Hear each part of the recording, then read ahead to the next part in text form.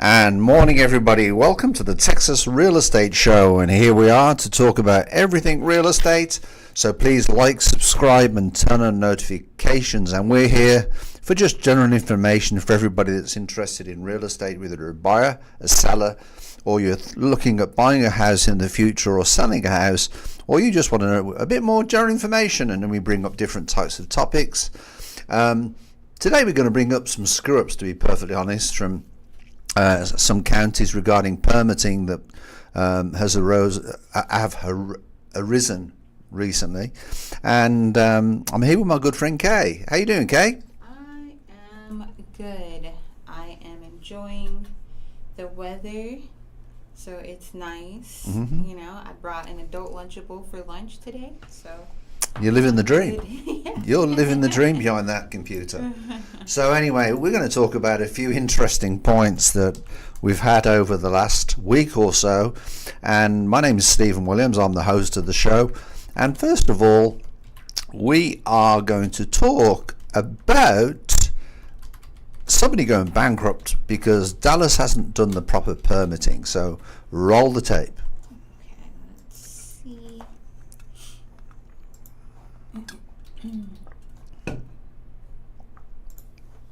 Every city does it. They decide what can or cannot be built in your neighborhood, but tonight a zoning mistake could bankrupt some Dallas developers. The city just stopped construction on more than a dozen homes in the Elm Thicket North Park neighborhood near Love Field. As Cole Sullivan reports, the city says inspectors approved permits, but using old information.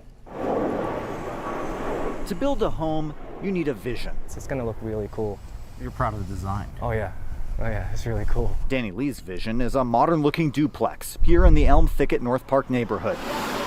And the city of Dallas told him, go for it. Everything's good. They approved it, stamped it, gave me the green light to build. Then they took the permit back with a red stop work notice. They just slapped it on my sign right here. You still see the tape.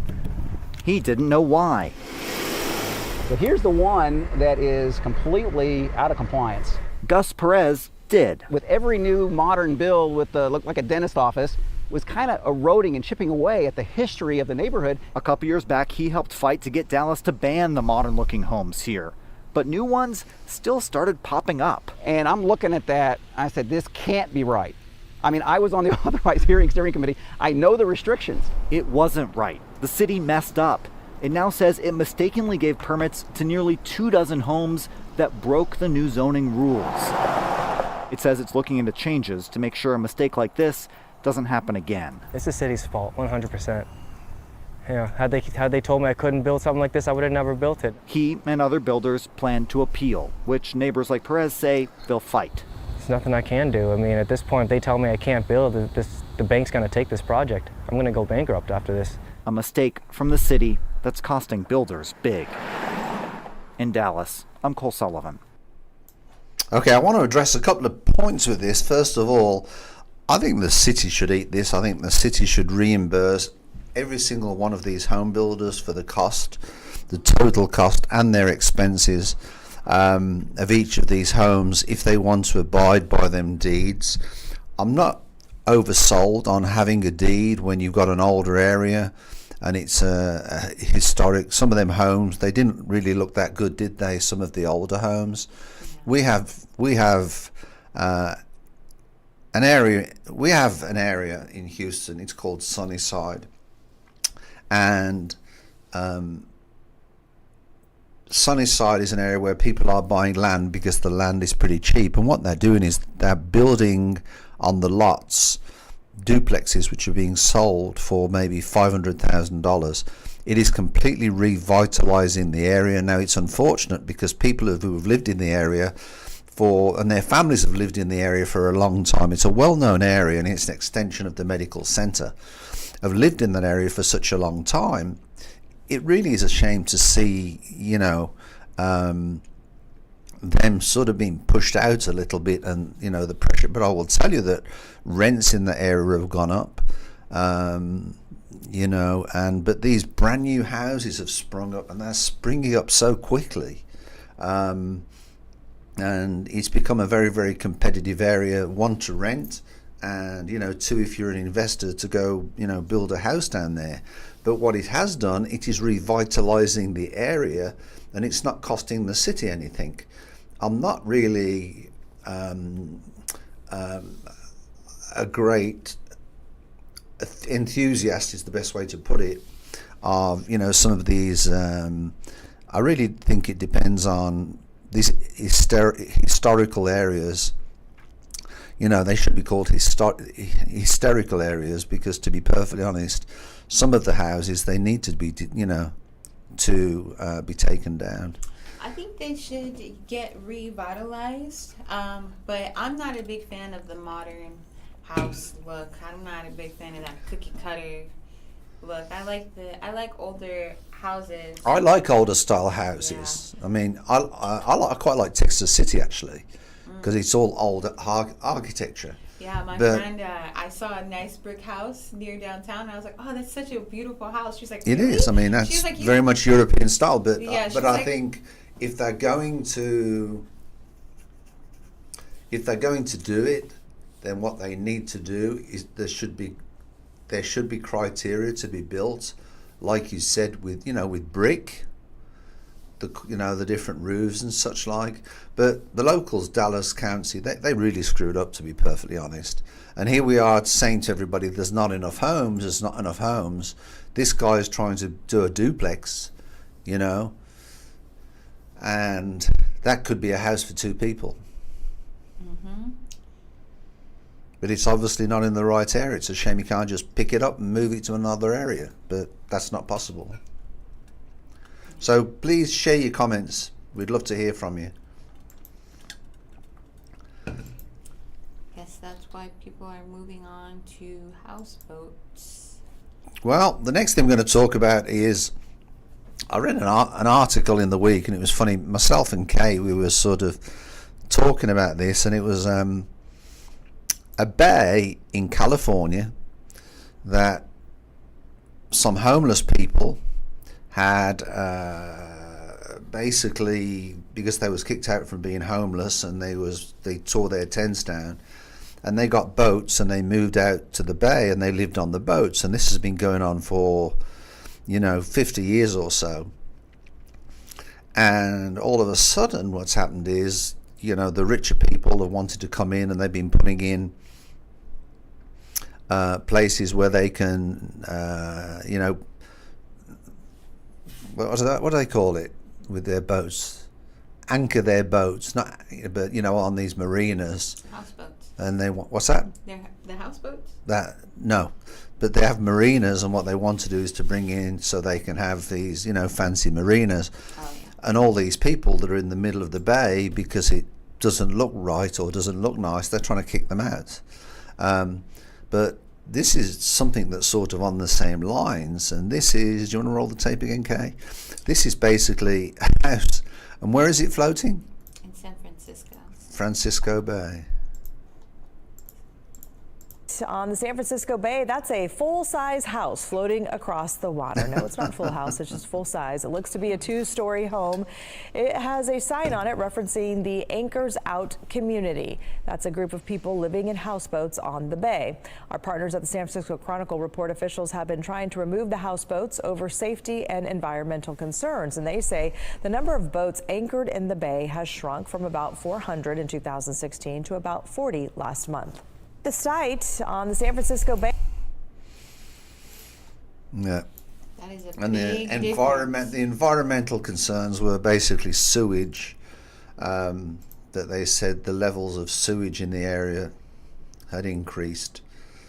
Yeah, but moving from 400 to 40 is crazy. It's a big drop. It is huge, and It's definitely going the right way. I mean, I don't think that's the right way, personally. but if people want to live on a boat, then they should be able to live on a boat. Yeah, there wasn't, like we were talking about, and we'll kind of show the other article, but yeah. But I thought there was a cost if you wanted to moor a boat.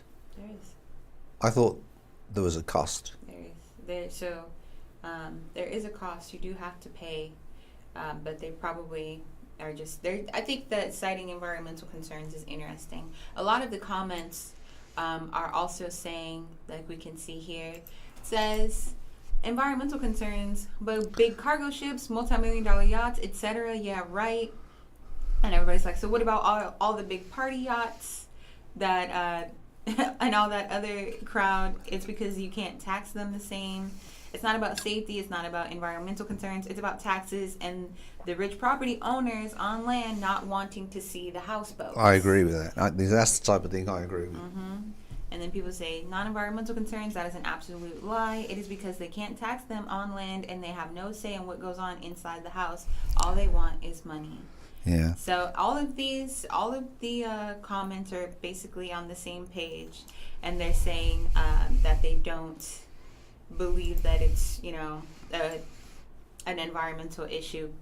Right. It says, I come from a seaport town in Massachusetts. There was a fad of floating homes back in the late 60s and into the 70s. The state really hates homes built on floats. They can't overtax your property or require building permits or control what you do on your property. If your house isn't on land, then they aren't allowed to tax the sea. So that's what it is. They're not allowed to put property taxes. They can put rentals, like they can make it to where you rent that spot, but they cannot tax it. So I think that's a big problem. Right. And yeah, so we've got this article as well. Well, the thing that's interesting about the next article, this is from 2021. And what's interesting about this particular article, it sort of shows a little bit more history. So the houseboat is this year. This is a gentleman that's lived there most of his life since the 60s and 70s on these houseboats.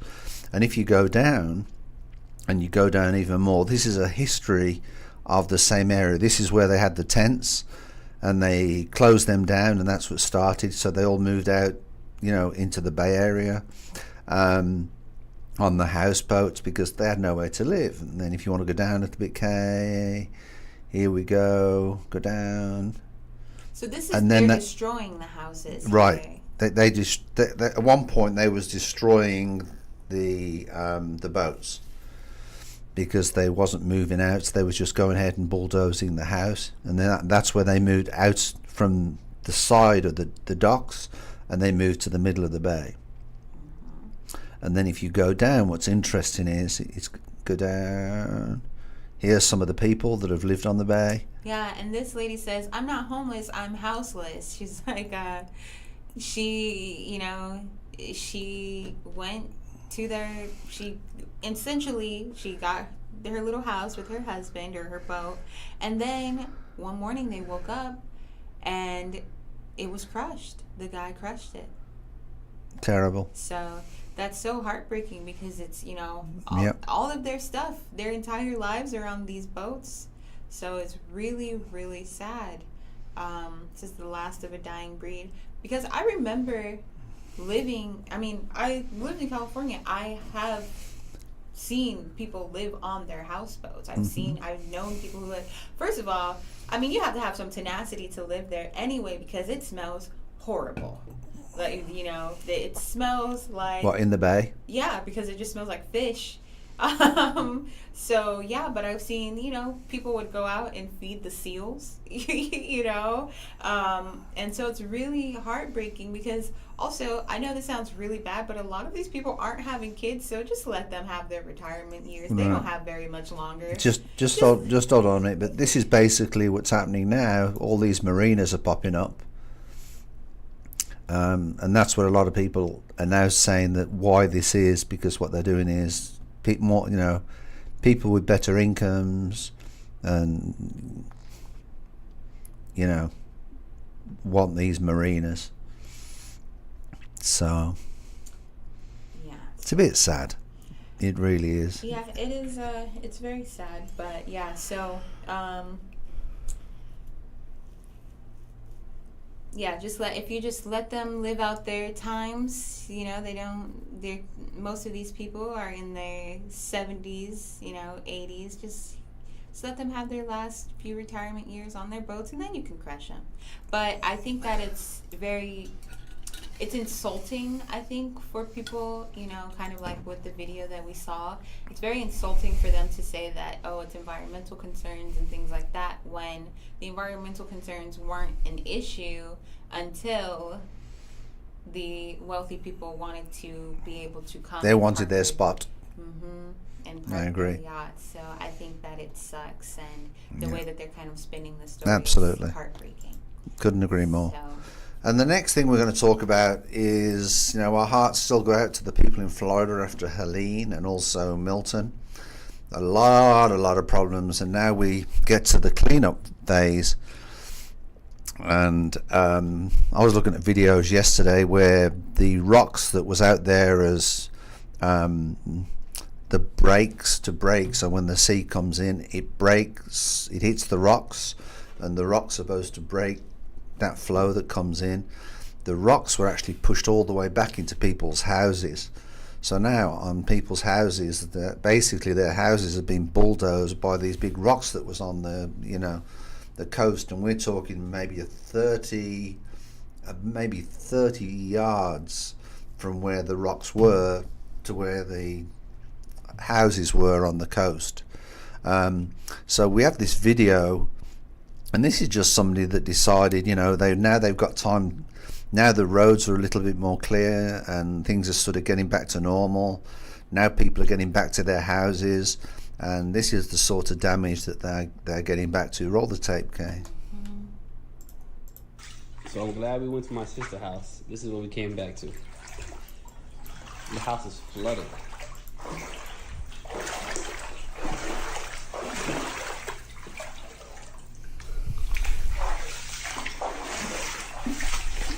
Look at the cars, y'all.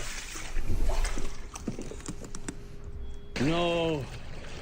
Look at my car, y'all. Look at my car. It's flooded. Y'all, look. There's no way. Oh my gosh. Oh my gosh. the way you say I hope that water from the bottles didn't flood his car. So I'm glad we went to my sister's Okay. house. This is what we came back to. But I mean, this is what people are coming to now, and the sort of realization is settling in. I just want to say to everybody, please contribute to the American Red Cross. They are trying to help people. FEMA are getting in there, and FEMA are helping people. You know, if you haven't already applied, apply for your $750. You can normally get that in 2 or 3 days. For your, you know, it's just a helper to sort of get you through the first few days, whether you need hotels or whether, you know, to replace the food in your fridge because you've lost electric. When we had Beryl, I mean, we didn't have electric for 8 days, 9 days, and we didn't have internet for 8 days or 9 days. So the phone, it was very difficult to even use your phone. I mean, in some areas it was, you know, it was back on within the day, to be perfectly honest. But where we lived, we had no electric for 8 days. So, you know, let's sort of get behind these people. They really need some help. So please go to your American Red Cross. Don't go to any sites because there's a lot of scams out there. And just go to American Red Cross, you know, hurricane. What's that? FEMA.org. FEMA.org, and you can make donations. You know, let's see if we can help these people. I think, what do you think that they can do about, you know, kind of the flooding situation? How do you think that they can, you know, help the foundations? Because we are expecting quite a few more hurricanes. Get out of Florida. I'm serious. You know, if you are honestly in Florida and you think that this isn't going to affect you, they reckon that the last 2 hurricanes will even affect the shape of Florida. Wow. So, like, it'll put it underwater? Or And as climate change affects us, it's going to get worse. We mentioned yesterday in our podcast that now they're even talking about doing, you know, one time it used to go basically from 1 up to a 500-year floodplain.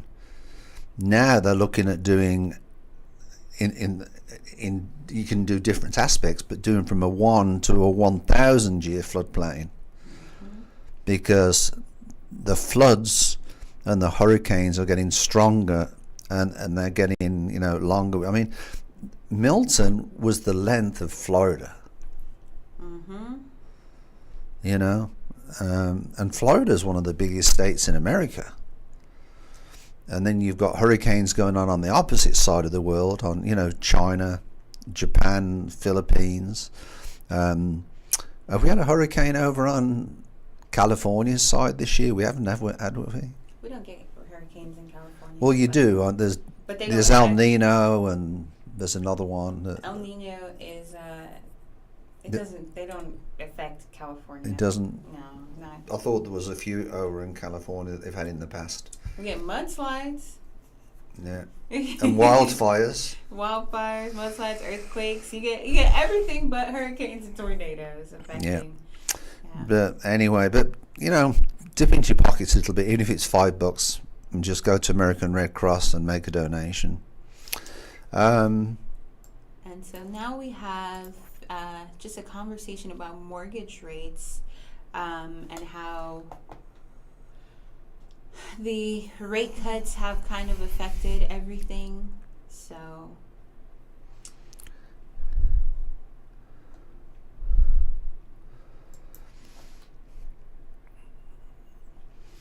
and apparently mortgage rates were supposed to push mortgages rates lower. rate cuts, Sorry. But the opposite has actually happened. The Fed easing hasn't led to lower mortgage rates within the 30-year fixed rate rising since the first rate cut. Mortgage rates are closely linked to the 10-year US Treasury yield, which has also risen over the period. So this is, I think, one of the first time this has really happened. So Friday's blockbuster jobs report reinforced these moves and extended increases. More people have got jobs now. The Federal Reserve's jumbo interest rate cut in mid-September and was welcome news for prospective home buyers, with the expectation that a lower federal funds rate would help push the mortgage rates lower. Instead, the opposite has happened.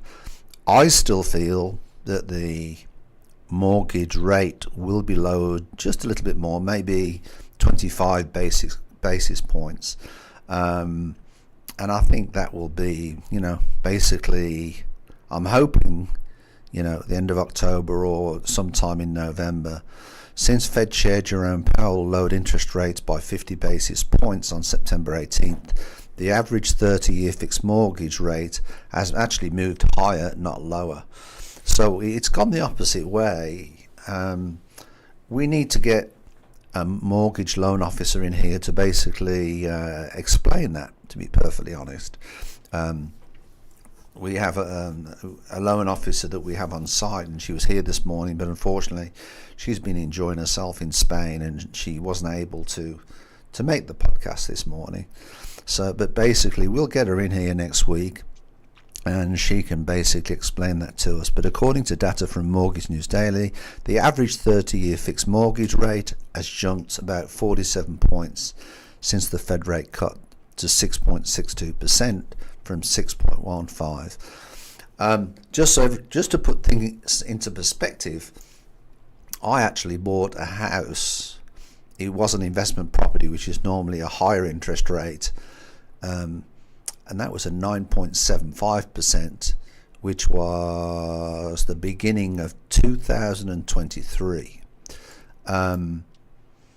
Investment properties are normally a little bit more, and then I did what they call a hard money loan on an investment property that we did, which was 11.75.